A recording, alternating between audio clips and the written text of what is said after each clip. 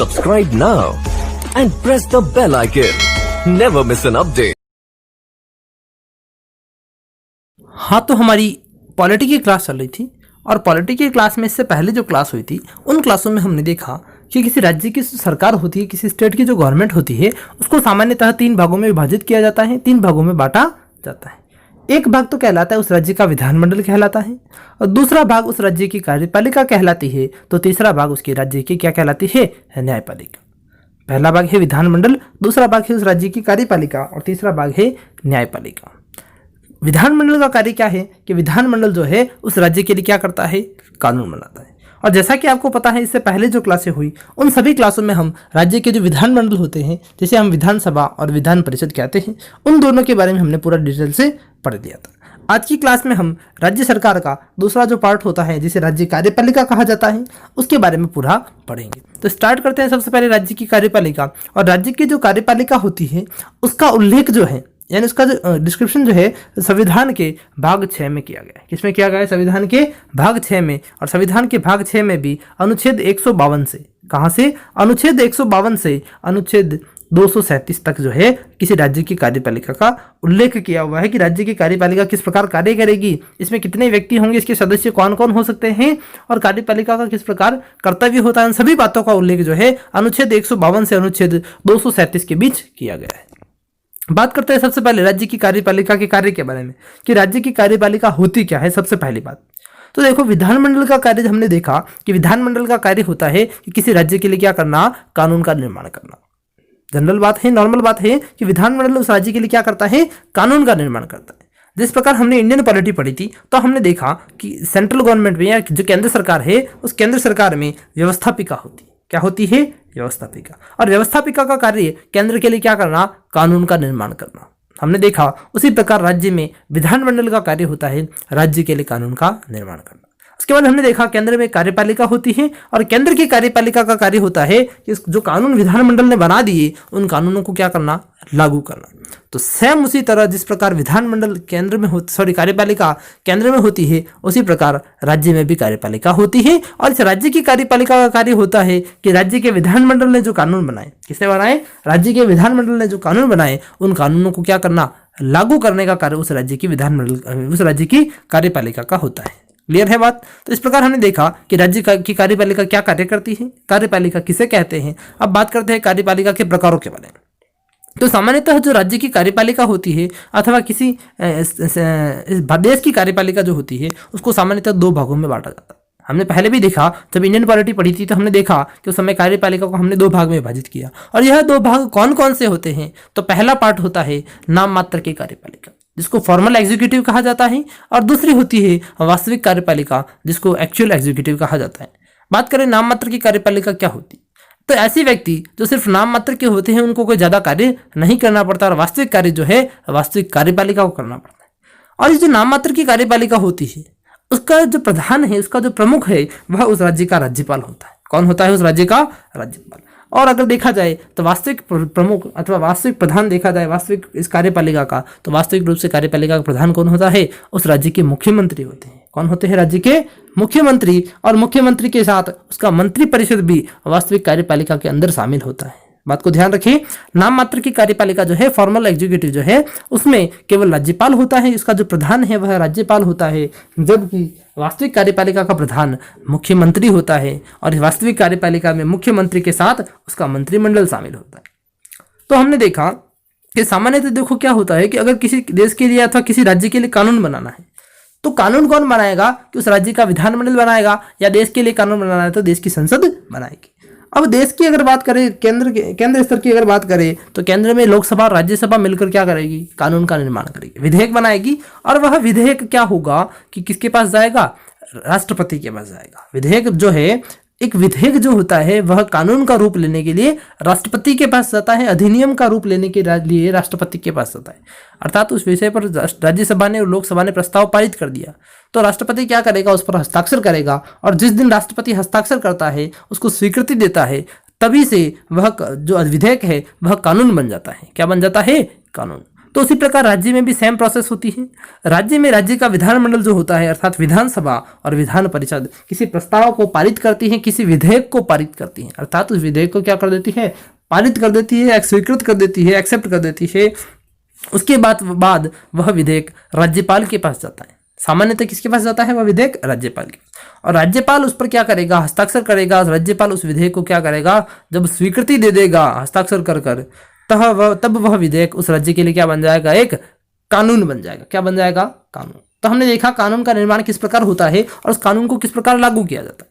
तो हमने इसी साथ साथ देखा कि राज्य की जो कार्यपालिका होती है उसे सामान्यतः दो भागों में बांटा जाता है। एक होती है उस राज्य की नाम मात्र की कार्यपालिका और दूसरी होती है उस राज्य के लिए वास्तविक कार्यपालिका।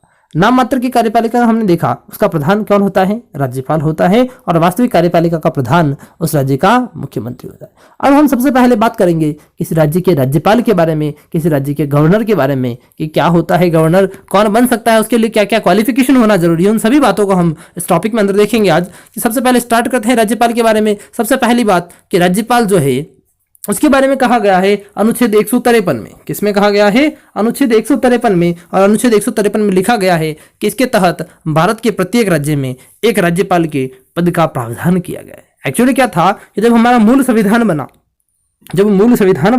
तो मूल संविधान के अनुच्छेद 153 में लिखा गया था कि भारत के प्रत्येक राज्य में क्या होगा, एक राज्यपाल होगा। लेकिन बाद में उस मूल संविधान में 7वां संविधान संशोधन किया गया। क्या किया गया? कॉन्स्टिट्यूशन अमेंडमेंट किया गया। जो संविधान बना था उसमें परिवर्तन किया गया। और ये 7वां संविधान संशोधन 1956 में हुआ। कब हुआ था? 1956 में। और संविधान संशोधन में क्या किया कि हमने जो एक राज्य में हमने कहा कि प्रत्येक राज्य में क्या होगा, एक राज्यपाल होगा। हर राज्य के लिए हमने एक राज्यपाल के पद का प्रावधान किया। लेकिन हमने इस बात में परिवर्तन कर दिया 7वें संविधान संशोधन, और परिवर्तन करके कहा कि एक व्यक्ति एक से अधिक राज्यों का राज्यपाल हो सकता है। पहले तो सिस्टम था कि एक व्यक्ति एक राज्य का ही राज्यपाल होगा, एक पर्सन एक स्टेट का ही गवर्नर होगा। लेकिन बाद में क्या कर दिया हमने, एक पर्सन को एक से ज्यादा स्टेट का गवर्नर बना सकते हैं। यह प्रावधान किसमें किया? 7वें संविधान संशोधन, 7वें कॉन्स्टिट्यूशन अमेंडमेंट एक्ट 1956 में किया। क्लियर है बात? तो सबसे पहले बात देख ली हमने कि एक व्यक्ति जो है एक से अधिक राज्यों का राज्यपाल हो सकता है। ठीक, अब आगे देखिए संविधान का अनुच्छेद 154। और 154 में कहा गया है कि राज्य की कार्यपालिका संबंधी शक्तियां राज्यपाल में निहित होगी। जैसा कि आपको पता है किसी राज्य की जो कार्यपालिका होती है उसका जो मेन लीडर है वह कौन होता है? उस राज्य का राज्यपाल होता है। तो कार्यपालिका की संबंध जो समस्त शक्तियां हैं, कार्यपालिका के जितने भी पावर है वह किसके पास होंगे? उस राज्य के राज्यपाल के पास होते हैं, जिसका प्रयोग वह स्वयं या उसका अधीनस्थ से करवाएगा। अर्थात उसके पास जो शक्तियां हैं, जो पावर्स हैं, उनका यूज किससे करेगा? या तो वह खुद करेगा या अपने अधीनस्थ यानी उसके अंडर जो व्यक्ति कार्य करते हैं उनके साथ उनसे करवाएगा। उन शक्तियों का उपयोग उनसे करवा सकता है। क्लियर है बात? आगे देखिए साथ राज्यपाल की नियुक्ति के संबंध में कि राज्यपाल की नियुक्ति किस प्रकार की जाती है, राज्यपाल की नियुक्ति कौन करता है। तो राज्यपाल की जो नियुक्ति होती है उसका उल्लेख जो है संविधान के अनुच्छेद 155 में किया गया है। किसमें किया गया है? अनुच्छेद 155 में। और नियुक्ति के लिए देखें कि राज्यपाल की नियुक्ति राष्ट्रपति द्वारा की जाती है। सबसे पहली बात कि राज्यपाल की नियुक्ति कौन करता है? राष्ट्रपति करता है। दूसरी बात देखिए, राज्यपाल संबंधित राज्य का निवासी नहीं हो। राज्यपाल की नियुक्ति के लिए प्रावधान किया गया है कि माना किसी व्यक्ति को राजस्थान का राज्यपाल बना रहे हैं, सीधा सा एग्जांपल दे रहा हूं राजस्थान का, कि किसी व्यक्ति को राजस्थान का राज्यपाल बनाना है तो उसके लिए सबसे पहली आवश्यक शर्त क्या है कि वह व्यक्ति राजस्थान का निवासी नहीं होना चाहिए। कहाँ का नहीं होना चाहिए? संबंधित राज्य का निवासी नहीं होना चाहिए, पहली बात। आगे देखें, राज्यपाल की नियुक्ति से पूर्व राष्ट्रपति संबंधित राज्य के मुख्यमंत्री से परामर्श करता है। देखो राज्यपाल की नियुक्ति जो है राष्ट्रपति करता है। कौन करता है? राष्ट्रपति। लेकिन नियुक्ति जब करेगा तो उससे पहले जिस राज्य में उसकी नियुक्ति की जाती है उस राज्य के मुख्यमंत्री से वो क्या करता है? परामर्श लेता है। और परामर्श लेने के पश्चात मुख्यमंत्री की सलाह के अनुसार राज्यपाल उस राज्य में राष्ट्रपति उस राज्य में राज्यपाल की नियुक्ति करता है। क्लियर है? सबसे पहली बात समझ में आई होगी आपको कि राज्यपाल की नियुक्ति राष्ट्रपति द्वारा की जाती है, पहली चीज। दूसरी चीज, राष्ट्रपति जब नियुक्ति करता है तो मुख्यमंत्री से सलाह लेगा। और अगली मेन शर्त यह है कि वह राज्यपाल उस राज्य का निवासी नहीं होना चाहिए, वह गवर्नर उस स्टेट का नहीं होना चाहिए। ये देखिए हमने राज्यपाल की नियुक्ति के संबंध में कुछ बातें। आगे बात करते हैं इस राज्यपाल जो नियुक्त किया जाता है राष्ट्रपति द्वारा, अर्थात राष्ट्रपति ने किसी व्यक्ति को राज्यपाल नियुक्त कर दिया, किसी राज्य का राज्यपाल बना दिया, किसी स्टेट का गवर्नर बनाया, तो उसका कार्यकाल कितने समय के लिए होगा, वह कितने समय के लिए कार्य करेगा। कितने समय के लिए उस राज्य का राज्यपाल रह सकता है।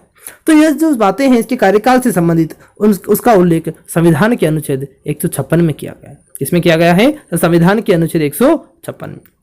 बात करें अनुच्छेद 156 में क्या की गई है कार्यकाल से संबंधित बातें, उनके बारे में सबसे पहली बात है कि राज्यपाल की जो नियुक्ति है वह 5 वर्ष की अवधि के लिए की जाती है। कितने समय के लिए?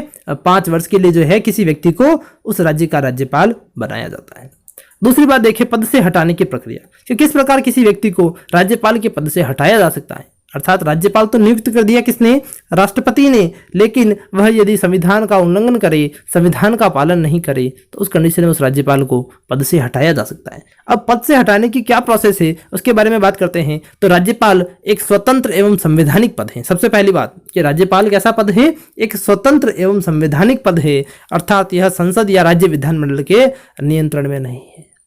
राज्यपाल जो होता है एक स्वतंत्र पद होता है, बिल्कुल फ्री पोस्ट होती है, और एक संवैधानिक पद है, अर्थात इसका जो उल्लेख है संविधान में किया गया है। तो यह संसद अथवा किसी राज्य के विधानमंडल के नियंत्रण में नहीं होता है।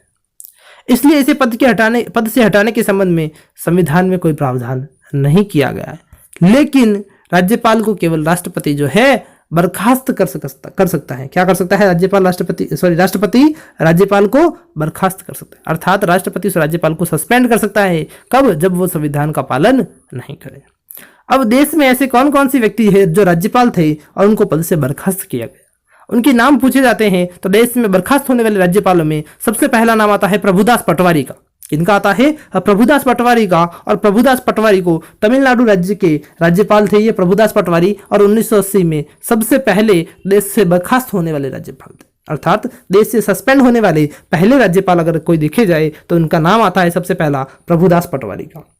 यह तमिलनाडु राज्य के राज्यपाल थे और वर्ष 1980 में इन्हें राष्ट्रपति महोदय द्वारा सस्पेंड कर दिया गया, बर्खास्त कर दिया गया। दूसरा नाम आता है राज्य के राज्यपालों में रघुकुल तिलक का। दूसरा नाम आता है बर्खास्त होने वाले राज्यपालों में, दूसरा नाम आता है रघुकुल तिलक का। और जैसा कि आपको पता है रघुकुल तिलक का संबंध राजस्थान के राज्यपाल से है।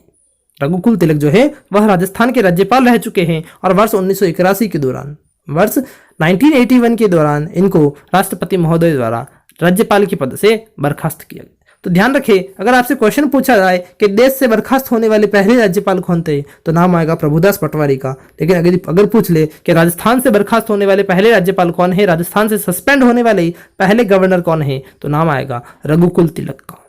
क्लियर है बात? तो इस प्रकार हमने देखा कि किस प्रकार राज्यपाल को बर्खास्त किया, पद से हटाया जा सकता है, पद से कौन हटाता है, और बर्खास्त होने वाले राज्यपालों के नाम देखें।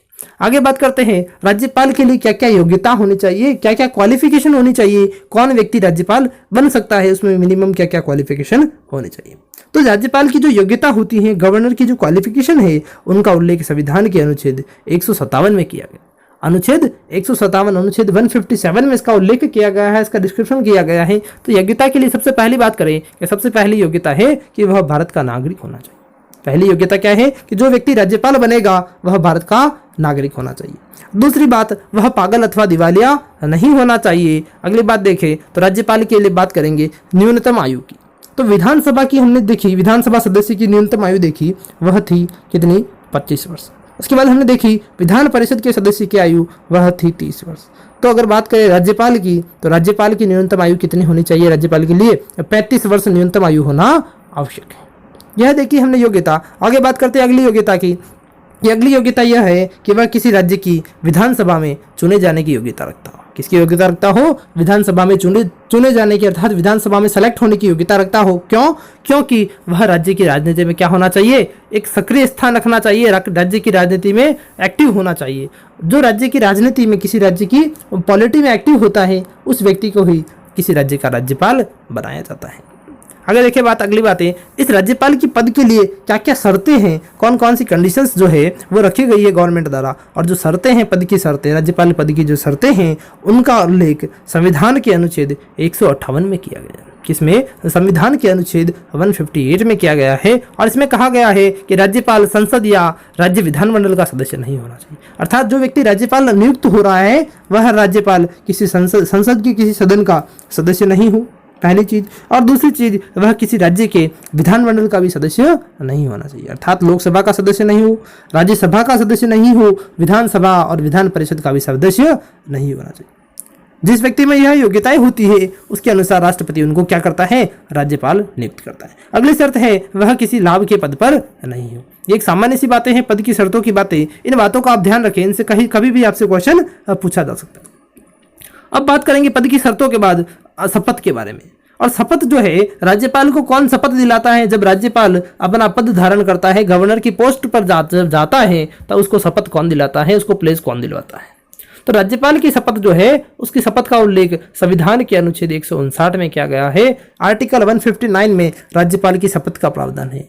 और राज्यपाल को अपने पद की शपथ संबंधित राज्य के उच्च न्यायालय के मुख्य न्यायाधीश दिलवाता है। देखो, जो व्यक्ति राज्यपाल बनता है उस व्यक्ति को जो शपथ है वह कौन दिलाएगा कि हर राज्य में क्या होते हैं, हर स्टेट में उस राज्य का एक उच्च न्यायालय होता है। क्या होता है? उस राज्य का एक उच्च न्यायालय, हाई कोर्ट होता है। और उस हाई कोर्ट का जो चीफ जज होगा, जो मुख्य न्यायाधीश होगा, वह मुख्य न्यायाधीश क्या करेगा?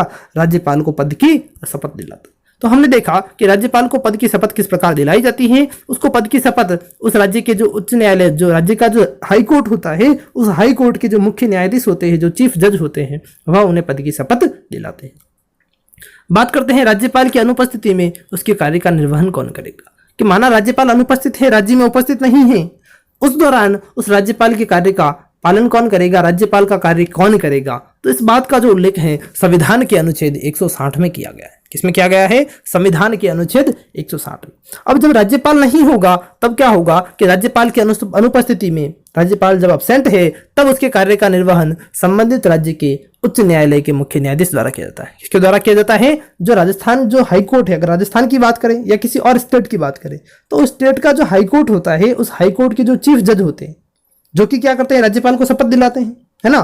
तो अगर राज्यपाल नहीं है, उस राज्य में अनुपस्थित है, तब उस राज्य में राज्यपाल के सारे कार्य किसके हाथ में आते हैं? उस राज्य के जो हाई कोर्ट है, उच्च न्यायालय, उस उच्च न्यायालय के मुख्य न्यायाधीश के पास होते हैं। किसके पास होता है अधिकार? उस उच्च न्यायालय के मुख्य न्यायाधीश के पास। क्लियर है बात? जो व्यक्ति इसको शपथ दिलाता है वही व्यक्ति राज्यपाल के कार्य का निर्वहन कर सकता है, लेकिन कब? जब राज्यपाल अनुपस्थित हो, उपस्थित नहीं हो। बात करते हैं राज्यपाल के वेतन के संबंध में कि किस राज्यपाल जो होता है उन्हें वेतन कितना दिया जाता है। तो सबसे पहली बात कि राज्यपाल का वेतन 3,50,000 रुपये मासिक होता है। कितना होता है? 3,50,000 मासिक। और जब राज्यपाल एक से अधिक राज्यों का राज्यपाल हो, देखो हमने कहा, सबसे पहले हमने देखा था कि मूल संविधान में कहा गया है कि राज्यपाल का प्रावधान किया गया है और कहा गया है कि एक व्यक्ति एक राज्य का क्या होगा? राज्यपाल होगा। लेकिन 7वें संविधान संशोधन, 7वां कॉन्स्टिट्यूशन अमेंडमेंट एक्ट लाया गया 1956 में, 1956 में, और उस संविधान संशोधन में कहा गया कि एक व्यक्ति एक से अधिक राज्यों का राज्यपाल हो सकता है। क्लियर? अब हमने जब वेतन के बारे में पढ़ रहे हैं तो नॉर्मल बात सोचिए कि अगर व्यक्ति किसी एक राज्य का राज्यपाल है तब तो उसे 3,50,000 रुपये मासिक दिया जाएगा। लेकिन यदि वह व्यक्ति एक से ज्यादा राज्यों को संभाल रहा हो, एक से ज्यादा राज्यों का क्या हो? गवर्नर हो, उस कंडीशन में क्या होगा? तो जब कोई व्यक्ति एक से अधिक राज्यों का राज्यपाल होता है तो भी उस कंडीशन में उसे जो वेतन मिलेगा वह केवल एक राज्य से ही मिलेगा, एक पद का ही मिलेगा। ऐसा नहीं कि वह दो राज्यों को संभाल रहा है तो दोनों राज्यों से उसको वेतन मिले, ऐसा नहीं होता है। उसे केवल एक राज्य से ही वेतन दिया जाता है। अब वह वेतन कौन सा राज्य देगा? जैसे माना राजस्थान के राज्यपाल की बात करें कि हमारा कोई राजस्थान की राज्यपाल है ना, और माना एमपी में उस समय राज्यपाल की पोस्ट खाली है, तब राजस्थान के राज्यपाल को एमपी के राज्यपाल का भी कार्यभार दे दिया, उनको कह दिया कि आपको राजस्थान के साथ साथ मध्य प्रदेश को भी संचालित करना है। तब राज्यपाल को ऐसा नहीं होगा कि राजस्थान से वेतन मिले और मध्य प्रदेश से भी वेतन मिले, उनको केवल एक राज्य से ही वेतन दिया जाएगा। अब ये वेतन किस राज्य से दिया जाएगा, बात को ध्यान से सुने, यह वेतन राजस्थान देगा या मध्य प्रदेश देगा, इसका निर्धारण जो है, इसका डिसीजन जो है वह राष्ट्रपति करता है। जब राष्ट्रपति के अनुसार उसका वेतन का निर्धारण किया जाता है कि वेतन उसको किस राज्य से दिया जाएगा। तो यहाँ पर आपको राज्यपाल के वेतन के बारे में समझ में आ गया हो। अब वेतन देखा तो वेतन के बाद बात करेंगे है राज्यपाल से संबंधित कुछ प्रमुख कथन है, कुछ स्टेटमेंट है, और स्टेटमेंट्स के बारे में। ये जो स्टेटमेंट्स है जनरली एग्जाम में पूछे गए हैं, इनको थोड़ा सा ध्यान रखें, इनको ध्यानपूर्वक पढ़ लें। देखिए, सबसे पहला स्टेटमेंट है कि राज्यपाल का पद सोने के पिंजरे में कैद चिड़िया के समान है। राज्यपाल का जो पद है उसको एक सोने के पिंजरे में कैद एक चिड़िया होती है उसके समान बताया गया है। और यह कथन है सरोजिनी नायडू का। किसका कथन है ये? सरोजिनी नायडू का। और सरोजिनी नायडू जो है देश की प्रथम महिला राज्यपाल रह चुकी। देखिए ध्यान रखें, क्वेश्चन पूछा जा सकता है कि देश की प्रथम महिला राज्यपाल कौन थी, तो देश की प्रथम महिला राज्यपाल है सरोजिनी नायडू। आगे बात करें, दूसरा कथन है राज्यपाल वेतन का आकर्षण होता है। कहा गया है कि राज्यपाल जो है वेतन का आकर्षण होता है, वेतन का अट्रैक्शन होता है। और यह बात कही विजय लक्ष्मी पंडित ने। किसने कही? विजय लक्ष्मी पंडित ने। और विजय लक्ष्मी पंडित देश जो है हमारे भारत की महिला है जो कि यूएनओ की पहली महिला अध्यक्ष रही। किसकी? यूएनओ की, संयुक्त राष्ट्र महासंघ की पहली महिला अध्यक्ष रहने वाली महिला जो है वह है विजय लक्ष्मी पंडित। और उन्होंने राज्यपाल के संबंध में कहा कि राज्यपाल वेतन का आकर्षण होता है। अगली बात करें, अगला स्टेटमेंट है राज्यपाल शासन का पांचवा पहिया है। राज्यपाल शासन का पांचवा पहिया है। और यह बात कही है पंडित जवाहरलाल नेहरू ने। किसने कहा है ये बात? पंडित जवाहरलाल नेहरू का स्टेटमेंट है कि राज्यपाल जो है राज्य में शासन का पांचवा पहिया होता है। तो इस प्रकार हमने देखिए कुछ स्टेटमेंट देखे, प्रमुख कथन देखे, जिसमें सरोजिनी नायडू का कथन था। और सरोजिनी नायडू हमारे देश की पहली महिला राज्यपाल रह चुकी। देश की पहली महिला राज्यपाल की अगर बात करें तो नाम आएगा सरोजिनी नायडू का। आगे बात करते हैं कुछ महत्वपूर्ण तथ्यों के बारे में, कुछ इंपॉर्टेंट फैक्ट्स के बारे में। और सबसे पहला महत्वपूर्ण तथ्य है कि राजस्थान में राज्यपाल के पद का सृजन 1 नवंबर 1956 को किया गया। देखिए सबसे पहली बात कि जब आपको पता होगा कि जब राजस्थान का एकीकरण हुआ और उस एकीकरण से पूर्व राजस्थान के वर्तमान में जितने भी जिले हैं वह सभी जिले छोटी छोटी रियासतों में विभाजित थे। किसमें विभाजित थे? अनेक रियासतों में, क्योंकि पहले यहाँ पर राजा महाराजाओं का शासन हुआ करता था, है ना। तो उन राजा महाराजाओं ने अर्थात उन रियासतों ने मिलकर जिलों का निर्माण किया और जिलों से मिलकर किसका निर्माण हुआ? एक संगठित राज्य का निर्माण हुआ। और संपूर्ण जो राज्य है हमारा राजस्थान, जो वर्तमान राजस्थान हम देखते हैं, उस वर्तमान राजस्थान का अस्तित्व जो है 1 नवंबर 1956 को आया। कब आया? 1 नवंबर 1956 के दिन। तो 1 नवंबर 1956 से पूर्व जो राजस्थान में राज्यपाल के स्थान पर एक पद होता था, उस पद का नाम था राज प्रमुख। क्या पद था? राज प्रमुख। और 1 नवंबर 1956 को राज प्रमुख का पद समाप्त कर उस पद को नाम दे दिया राज्यपाल। क्या नाम दिया गया? राज्यपाल। और अगर राजस्थान के प्रथम राज्यपाल की बात करें तो राजस्थान के प्रथम राज्यपाल सरदार गुरुमुख निहाल सिंह थे। कौन थे? सरदार गुरुमुख निहाल सिंह। आगे बात करते हैं राज्य में राज्यपाल के रूप में सबसे लंबा कार्यकाल, यानी सबसे लंबे समय तक, सर्वाधिक समय तक किसका कार्यकाल रहा, किसका टेन्योर रहा? तो सबसे लंबा कार्यकाल रहा सरदार गुरुमुख निहाल सिंह का। इसका रहा जो राजस्थान के प्रथम राज्यपाल थे उनका सबसे लंबा कार्यकाल रहा है राजस्थान में राज्यपाल के रूप में। और राजस्थान में पहले कार्यवाहक राज्यपाल, अर्थात राजस्थान में जब राज्यपाल नहीं थे तो राजस्थान को संभालने वाले पहले कार्यवाहक राज्यपाल कौन थे? तो उनका नाम आता है वेदपाल त्यागी का। वेदपाल त्यागी राजस्थान में पहले कार्यवाहक राज्यपाल रह चुके हैं।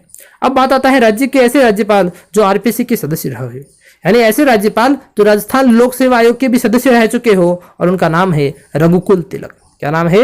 रघुकुल तिलक। और रघुकुल तिलक के बारे में जैसा कि आपको पता है, यह राजस्थान से बर्खास्त होने वाले पहले राज्यपाल हैं और भारत के दूसरे राज्यपाल हैं।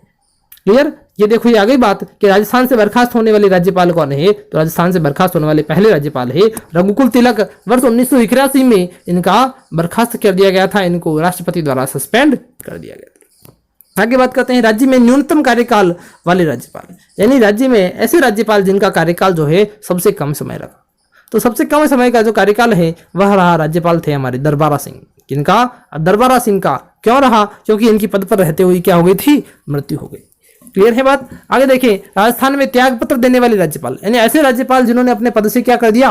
त्याग पत्र दे दिया। और वह त्याग पत्र देने वाले राज्यपाल है सरदार जोगेंद्र सिंह। कौन है? सरदार जोगेंद्र सिंह। और आगे बात करेंगे कार्यवाहक राज्यपाल के रूप में सबसे लंबा कार्यकाल। देखो, कार्यवाहक राज्यपाल के रूप में सबसे पहले राज्यपाल तो है वेदपाल त्यागी, पहले राज्यपाल है वेदपाल त्यागी। और सबसे जो लंबा कार्यकाल है, सबसे सर्वाधिक समय तक जो रहे, जिनका टेन्योर सबसे ज्यादा था, उनमें बात आती है शिवराज पाटिल। किनकी? शिवराज पाटिल। आगे बात करेंगे कार्यवाहक राज्यपाल के रूप में सबसे कम कार्यकाल, यानी ऐसे राज्यपाल जो एक कार्यवाहक राज्यपाल के रूप में रहे और उनका सबसे कम समय का कार्यकाल है मिलाप चंद जैन का। इनका? मिलाप चंद जैन का। यह मात्र 7 दिनों तक राजस्थान के राज्यपाल रहे हैं और कार्यवाहक राज्यपाल रहे। अब पद पर मृत्यु होने वाली पहली महिला राज्यपाल का अगर नाम पूछा जाए, देखो महिला राज्यपालों की सूची बताऊंगा अभी राजस्थान में महिला राज्यपाल कौन कौन रही है, लेकिन उनमें भी अगर पद पर रहते हुए, पोस्ट पर रहते हुए जिसकी मृत्यु हो गई थी, उनसे रिलेटेड क्वेश्चन पूछा जाता है। और पद पर रहते हुए मृत्यु होने वाली पहली महिला राज्यपाल है प्रभा राव। राजस्थान की पहली महिला राज्यपाल जिनकी पद पर रहते हुए मृत्यु हुई, उसमें नाम आएगा प्रभा राव का। अब बात करेंगे राजस्थान में महिला राज्यपालों की। राजस्थान की महिला राज्यपालों की। और महिला राज्यपालों में राजस्थान की पहली महिला राज्यपाल की अगर बात की जाए तो पहली महिला राज्यपाल जो कि हमारे देश की राष्ट्रपति भी रह चुकी है और नाम है उनका प्रतिभा देवी सिंह पाटिल। प्रतिभा पाटिल वर्ष 2004 से वर्ष 2007 तक राजस्थान की राज्यपाल रह चुकी है और यह राजस्थान की पहली महिला राज्यपाल थी। एक बात और ध्यान रखें, यह जब राज्यपाल थी तब राजस्थान में मुख्यमंत्री भी एक महिला ही थी।